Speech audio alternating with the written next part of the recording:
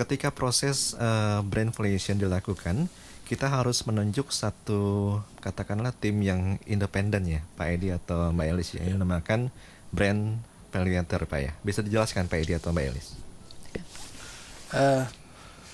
Begini, jadi sebetulnya prosesnya itu sama seperti kita melakukan proses audit. Ya. Ketika kita mau melakukan proses perpajakan. Oke. Jadi menunjuk satu konsultan pajak, Ya. atau kita mau menaksir suatu tanah atau bangunan kita menunjuk satu appraisal ya. Appraisal. Ya. Jadi sebetulnya sama. Jadi fungsi kenapa disebut brand valuator, memang fungsinya perannya itu melakukan valuasi. Ya. Nah, peran atau kita melakukan istilahnya outsourcing daripada kita lakukan sendiri itu dasarnya karena begini. Pertama, satu, independensi. Independensi dijaga.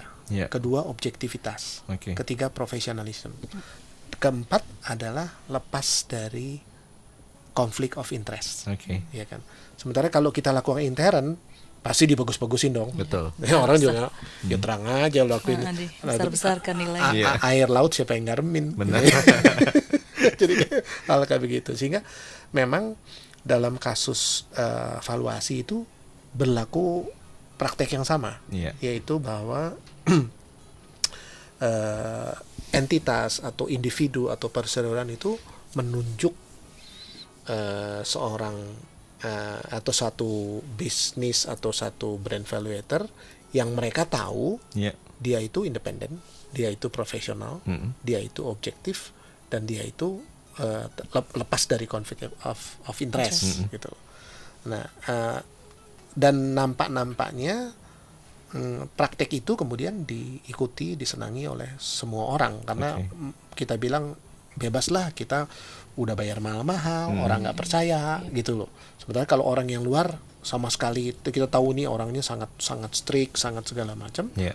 Ya, kita berharap ya kita menghilangkan lagi faktor-faktor yang membuat katakanlah proses penilaian atau maksud dan tujuannya tidak tercapai karena ada hal-hal yang non teknis kan. Betul. Oh, orang nggak percaya gue, orang itu yang lakuin dia sendiri, ya kan. Jadi itu sih sebetulnya dasarnya. Cuma ngomong-ngomong yang memilihnya siapa tuh Pak, brand valuator? Nah, brand valuator begini, kalau tadi yang seperti Bu Adik katakan dilakukan dalam kasus going concern, kita lakukan untuk intern kita sendiri. Ya tentu perusahaan yang nunjuk. Nggak masalah Tapi dong kalau ya gitu nggak ada ya. masalah. Tapi begitu kita ngomong liquidation value, Ada proses jual beli kan ya? ada proses jual beli. Tapi biasanya begini, yang punya interest pertama untuk melakukan brand valuation itu yang punya brand. Biasanya brand owner ya. Brand owner. Ya, karena tidak biasanya kemudian yang dia melakukan valuasi. Nah, pertanyaannya, valuasi yang dilakukan itu kan di hadapan potensial buyer, nah, itu tuh belum tentu benar, belum tentu suka. Sehingga kalau mereka tidak puas, mereka akan bilang, oke, saya menunjuk another brand valuator. Untuk ngelihat gitu loh kalau dia. Makanya ketika seorang memulai inisiatif penunjukan brand valuator, dia harus melakukannya dengan sangat hati-hati. Artinya jangan sampai melakukan sesuatu yang nggak perlu kan, yang counterproduktif. Udah bayar nggak dianggap gitu loh, malah dicurigain gitu loh. Gitu. Jadi memang fungsi atau peran dari brand valuator ini yang tadi yang independen, yang profesional, yang itu sangat-sangat penting. Sehingga misalnya ambil sedikit contoh tentang interbrand. Kenapa semua orang pengen interbrand? Ya karena faktor itu. Kita tahu profesionalisme, kita tahu dia yang pertama, kita tahu begini-begini, sehingga ya kalau kita ngomong itu kita nggak akan banyak dispute lagi. Oh, kenapa lo milih dia, kenapa nggak milih di sini gitu. Gitu. Jadi memang poinnya itulah, seperti kayak kita nunjuk auditor atau konsultan pajak. Ada kasus penunjuk yang KW 1 misalnya atau KW 5. Nah, yang KW 5 kan pasti orang nanya gitu loh. Jadi ini berbicara mengenai masalah reputasi Pak ya. Persis. Kredibilitas. Ya, kredibilitas ya. Persis. Karena kalau di luar itu pasti akan saling mencurigai satu dengan yang lain kan. Persis. Oke. Kembali kita bicara mengenai brand valuation. Hal ini bisa dilakukan nggak sih untuk perusahaan kelas menengah atau skala kecil Pak? Mungkin Bu Elis mau karena kan juga sedikit, atau... tadi kan anggapannya ini perusahaan dalam skala besar segala macam. Image-nya begitu, brand valuation hanya bisa dikerjakan. Kenapa? Karena tidak murah Mas. Untuk menghitung suatu brand valuation kita perlu expertise yang tidak sedikit. Kita perlu menghitung suatu istilahnya market value.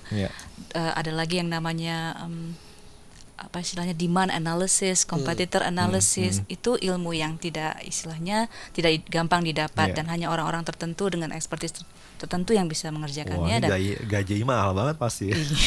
Gajinya yang pasti fee-nya mahal. Fee-nya mahal. Nah, makanya itu tidak gampang untuk dikerjakan oleh suatu perusahaan. Mungkin bukan tidak gampang, bisa saja dikerjakan tapi tidak istilahnya tidak beneficial.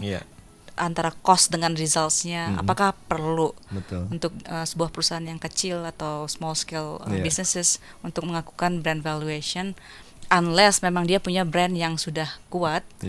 Tapi jarang ya, biasanya kan brand kalau udah kuat pasti big corporation juga gitu. Mungkin Pak Edi bisa tambahkan? Ya betul, jadi memang saya katakan itu tidak murah, ada cost-nya, karena untuk mencapai satu reputasi sebagai brand valuator yang tersohor, itu investasinya panjang.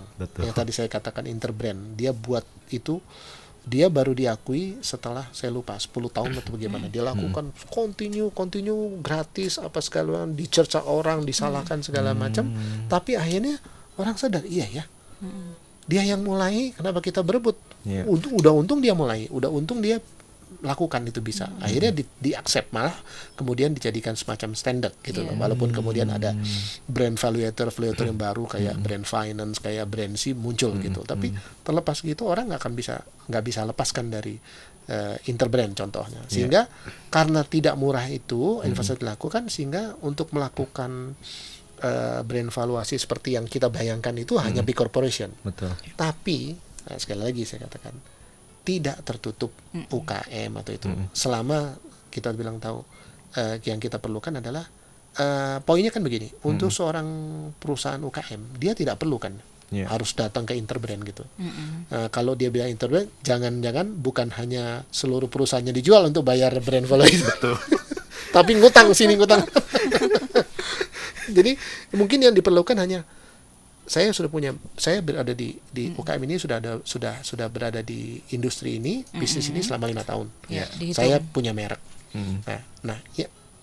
Valuation dilakukan itu sangat sederhana. Jadi tidak sekompleks. Jadi tidak sekompleks yang tadi yang disebutkan Mbak Ade tadi ya, Mbak Elis, tapi dilakukan itu dengan yang sangat sederhana, sangat masuk akal, sehingga oh iya memang nilainya segitu gitu loh. Tapi karena kedalaman daripada analisa itu menentukan prosesnya itu lama atau tidak, menentukan juga effort yang harus dilakukan. Jadi istilah Bapak skin deep atau yang dalam atau sampai di tulang gitu. Sampai tulang. Atau sampai di hati kata orang bilang. Jadi emang ada kelas-kelasnya ya Pak Edi ya. Kompleksitasnya ya.